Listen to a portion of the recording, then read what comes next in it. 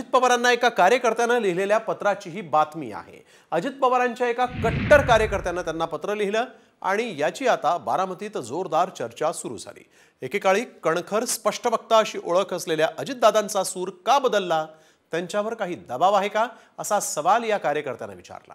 लोकसभा निवडणुकीमध्ये झालेल्या पराभवानंतर अजितदादा आमच्याकडे संशयानं पाहतात, मग पवार साहेबांना धोका देऊन आम्ही नेमकं काय मिळवलं, असा सवालही या पत्रातून विचारण्यात आला आहे।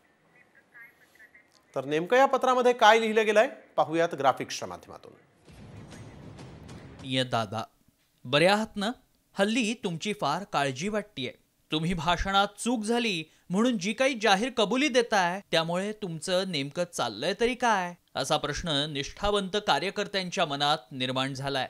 दादा, तुम्ही माफी मागून मोकळे झालात, त्याच्या सर्वत्र बातम्या झाल्या, पण या सगळ्या घडामोडीत आम्ही मात्र पवार साहेबांच्या लेखी वाईट ठरलो। आता आम्ही नेमकी कुणाची माफी मागायची हेही एकदा सांगा। सध्या ना घरका ना घाटका अशी कार्यकर्त्यांची अवस्था झालीये। ज्या पवार साहेबांमुळे आम्हाला ओळख आणि पद मिळाली त्यांना तुमच्यासाठी धोका देऊन आम्ही नेमकं काय मिळवलं?